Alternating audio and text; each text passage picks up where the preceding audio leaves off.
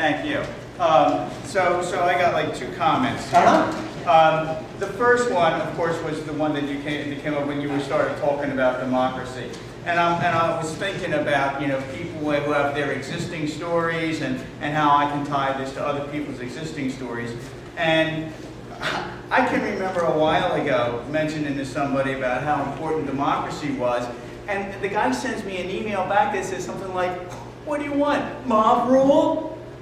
Now, maybe he's like some tiny, small percentage crazy guy or something like that. But a lot of times when you talk to people about democracy, it's like, come on, it's not a democracy. It's what's the word they use? Representative republic. It's a republic. Yeah, it's not a democracy. It's a republic.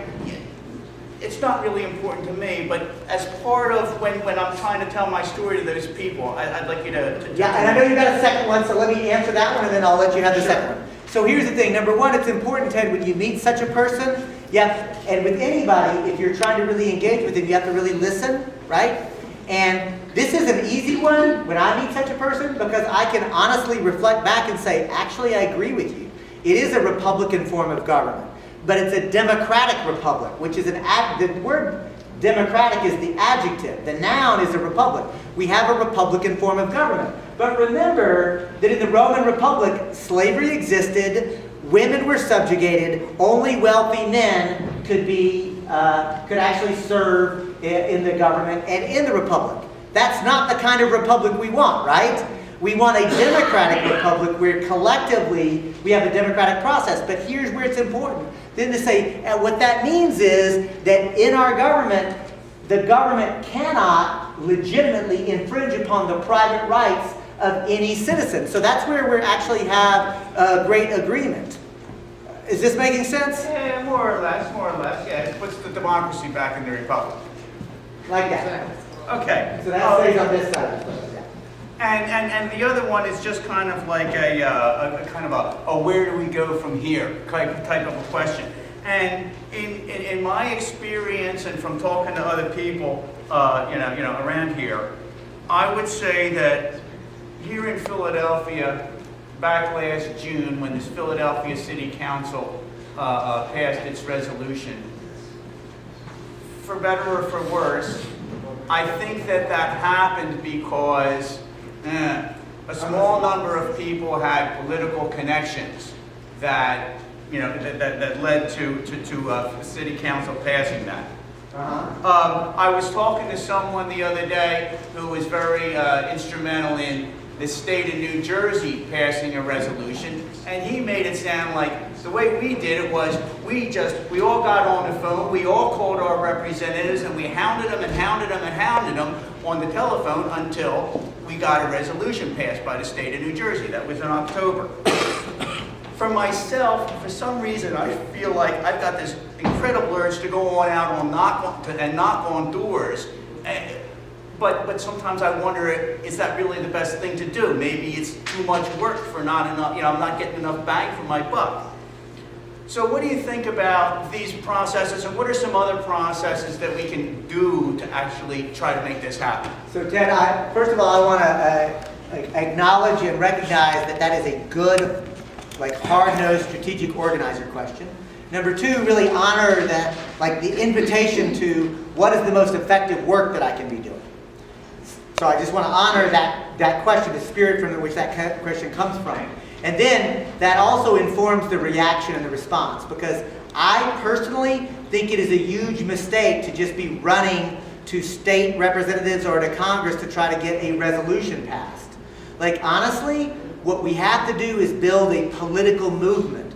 We have to educate and organize a mass, millions of Americans have got to be part of this educational process. And I'm honored that all of you have come here today. And I want to be clear, as I answer this question, let's just acknowledge that none of you came to hear David Cobb. I'm not famous, right? Although, with one little asterisk, I want to honor Shepard's really wonderful introductory words. But here's the thing. If you even know who I am, it says much more about you than it does about me, right? It means that you're in the movement too, because only movement people know me, right?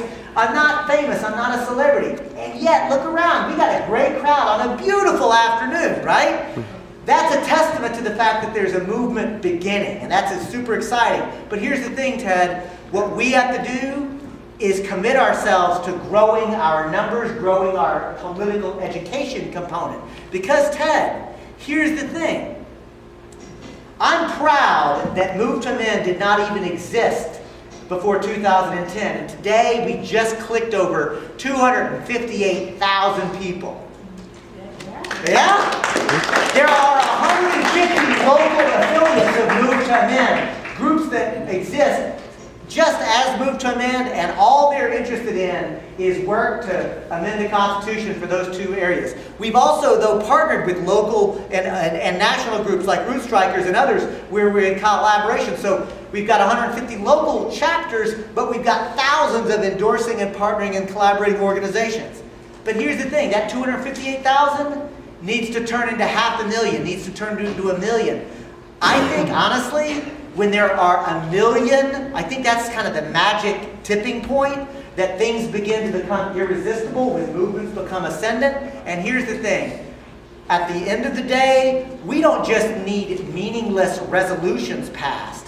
We need to be electing people to office that are running on our agenda, who are saying, I am running because I believe with you, Ted and Shepard and David. I believe and will work for a constitutional amendment because I'm part of this movement too. That's actually where we need to go. And that's going to actually require us to do more organizing before we go right to the legislative process. Because here's the thing. If you just jump right to existing legislature, then you'll end up lobbying them, and they'll tell you what's acceptable or not, and you'll negotiate and so forth. And that's how 90% of most movement work is done these days, right? But there's another way to make social change that we're not taught, but that the global South understands, and that is this. You don't start with the existing power structure and the elite. You come over here to the ordinary folks, and you say, listen, I got this idea. I don't think corporations should have constitutional rights. What does that mean? Let me tell you. It means this is how they've stolen our country from us, and there's something that we can do about it. And this fellow overhears it, and he perks up and he says, I want in on that conversation. And then she hears and she hears. And the next thing you know, then you start to go and talk to people. And you actually get a mass movement where you get a voice that is not just my voice going to the legislature, but there's a chorus of voices that are so loud and so powerful that they have to accommodate us. We don't accommodate them. You see the difference? This is a profound strategic difference, and Move to Men is committed to building the base and telling elected officials it's nothing personal, but you either need to get on the right side of this issue or you're going to get on the wrong side of this movement, and ultimately we're going to replace you. Nothing personal. And I want to be clear. I don't care whether somebody is a Democrat, a Republican, a Green, a Libertarian, on the issue of whether corporations have constitutional rights and money is not speech. This is non-negotiable. This is the line in the sand. This is our which side are you on moment. And if we build this movement by starting here, the good news is, my prediction, Ted, 5 to 10 years, we're going to shift this whole thing where it's an inevitability. Does this make sense? Yes. It does to some, but not... Well, it is a good point, but